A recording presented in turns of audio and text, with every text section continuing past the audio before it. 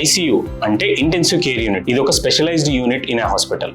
So ఇది ఒక dedicated ఫ్లోర్లో ఒక ఐసీయూ లాగా ఎస్టాబ్లిష్ చేస్తారు. ఇక్కడ చాలా సీరియస్ పేషెంట్స్ని కంటిన్యూస్గా అబ్జర్వ్ చేస్తూ స్పెషల్ ట్రీట్మెంట్ ఇవ్వడానికి అనుకూలంగా ఉంటుంది. ఐసీయూలో ఏముంటుంది? ఐసీయూలో కంటిన్యూస్గా ఒక ఇంటెన్సివిస్ట్ ఉంటారు.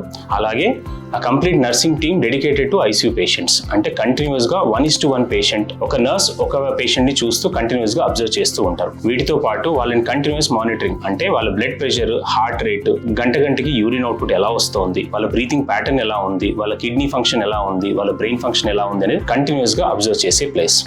ఇక్కడ చాలా హై ఎండ్ ఎక్విప్మెంట్ కూడా మీరు చూస్తూ ఉండొచ్చు. ఉదాహరణకి dialysis machine, ventilator machine, BP improve చేసే మెడిసిన్స్, ఇలాంటివన్నీ కూడా ఇక్కడ మనకి ఐసీయూ పేషెంట్స్కి అందిస్తూ ఉంటారు. సో ఎలాంటి పేషెంట్స్ని ఐసీయూలో అడ్మిట్ చేస్తుంటారు?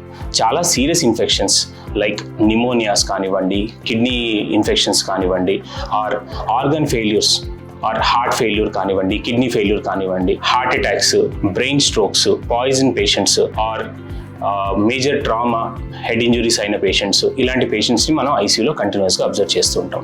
సో ఒకప్పుడు ఐసీయూ అంటే హోప్లెస్నెస్ ఉండేది. పేషెంట్ ఒకసారి ఐసీయూలోకి వెళ్తే ప్రాణాలతో తిరిగి వస్తారా లేదా అనే భయాలు ఉంటుండే. కానీ గత కొన్ని సంవత్సరాలుగా అడ్వాన్స్ టెక్నాలజీస్, అడ్వాన్స్ ట్రీట్మెంట్ వచ్చిన తర్వాత ఐసీయూ అంటే చాలా సీరియస్ పేషెంట్లు కూడా రికవర్ అయ్యే అవకాశాలు ఉన్నాయి. అండ్ మీరు రైట్ టైంలో కనుక ఐసీయూకి తీసుకురాగలిగితే పేషెంట్ని సేవ్ చేసే ఛాన్సెస్ చాలా ఎక్కువగా ఉంటుంది. Thank you.